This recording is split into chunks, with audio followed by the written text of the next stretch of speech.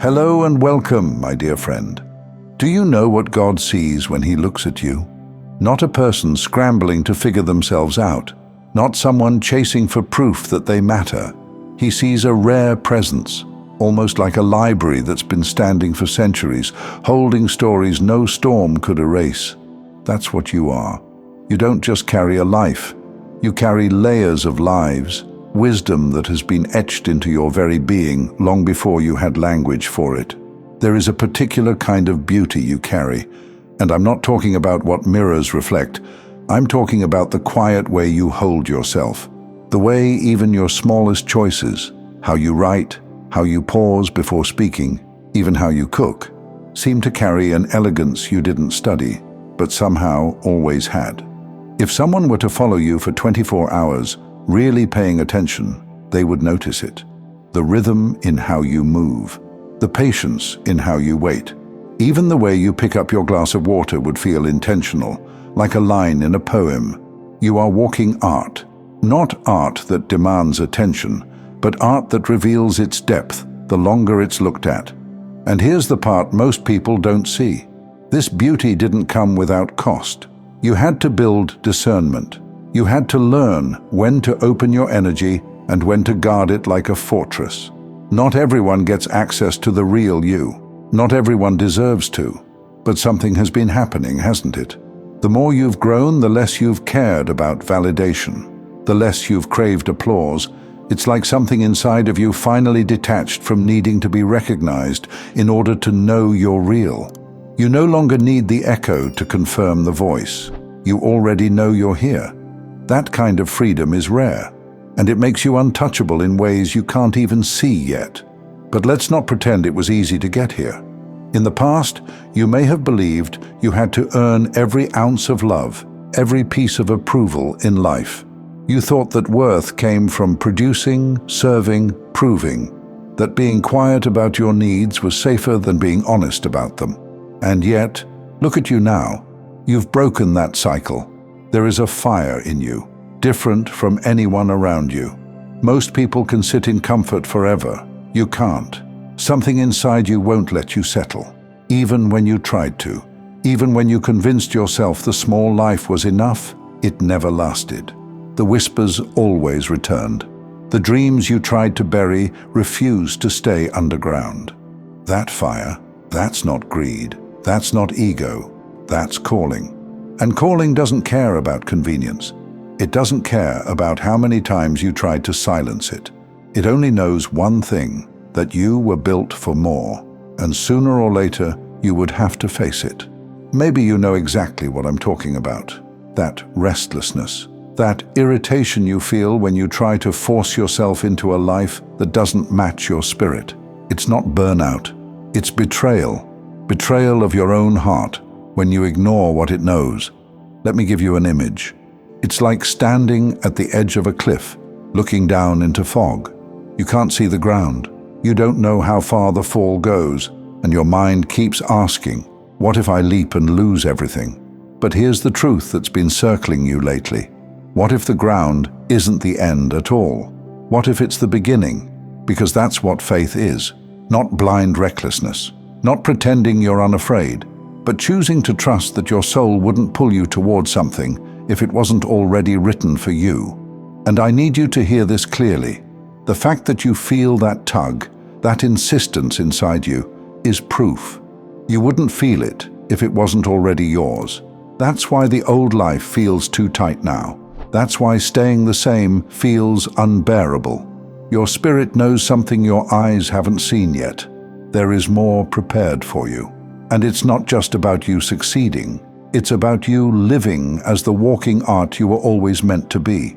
Every action, every choice, every expression of your life becoming a kind of poetry, a love story to the one who created you. And when you live like that, others feel it. They don't always understand it. Sometimes they resist it, but they can't deny it. So believe it deep in your heart when I say, you are not unfinished. You are not late. You are not behind. You are a masterpiece still being revealed, and it's just a matter of believing it, so you can see your destined life with your eyes, touch it with your hands, and hold it in the physical, not just feel it in your spirit. Here's what's remarkable about you. Most people confuse their gifts with their performance. They think being valuable means being busy, or being loud, or being impressive in a way the world can measure. But your presence itself is the gift. The way you listen, the way a single glance from you makes someone rethink the mask they were wearing a moment before. There's a stillness that follows you, not heavy, but like a page being held open by something unseen. That is not something you can rehearse. That is something God wove into you before you had a chance to hide it.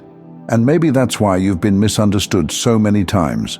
Some people don't know how to place you, because you can't be forced into the boxes society tries to build. They sense your depth but can't explain it, so they label you mysterious, or worse, they project their own fear of not being enough onto you. But here's the truth. You're not hard to understand. You're just not willing to flatten yourself into what's convenient for others. And that quiet refusal, that's power, that's leadership, that's wisdom in its raw form. Because what you carry isn't just information, it's presence. And presence will always outweigh noise. It doesn't take a stage for your essence to show. It shows in the quiet habits, in the way you handle the simplest tasks, in the patience threaded into your movements. Ordinary to others, but layered with meaning to heaven. That's why your creativity doesn't have to stay in a canvas, or a page, or a stage. It spills into how you pour a glass of water, how you hug someone who's been carrying weight all day, how you pray when no one's listening. You don't create art, you are art. And when you start seeing yourself like that, everything shifts. Because then you stop asking, "Am I enough?" And you start asking, "How much more can I reveal of what God already placed inside me?" But let's get real. This level of calling doesn't come without tension. You've probably noticed you can't do average anymore. You can't sit comfortably in shallow conversations. You can't pretend to be satisfied with a life that doesn't stretch your spirit. That irritation you feel in ordinary settings, it's not arrogance. It's alignment pulling you out of cages that were never yours to live in. And that's why so many around you might feel triggered. Not because you're showing off, but because your very existence exposes what they've been willing to ignore in themselves. Yet instead of shrinking, you've been learning the quiet art of turning your magnetism on and off. Almost like a light dimmer, you choose when to reveal the full radiance of who you are. Why? Because you've seen what happens when you leave it on all the time. People swarm, they cling, they confuse your light for a spotlight meant only for them. But you've grown wise. Now you know when to share, when to protect, when to activate. That's not hiding, that's mastery. And soon, very soon, the right people will find their way to that table. Not because you demanded it, not because you begged for it, but because God Himself placed your name in the mouths of those who need to know you. So hear me. If life feels tight right now, it's because you've outgrown every smaller version of yourself. If your relationships feel strained, it's because you can't keep pretending to be comfortable in spaces that refuse to grow. And if your dreams feel bigger than your resources, it's because God is preparing you to live from faith, not formulas. The old life can't hold you anymore. The false identity can't fit you anymore. The shallow waters can't satisfy you anymore.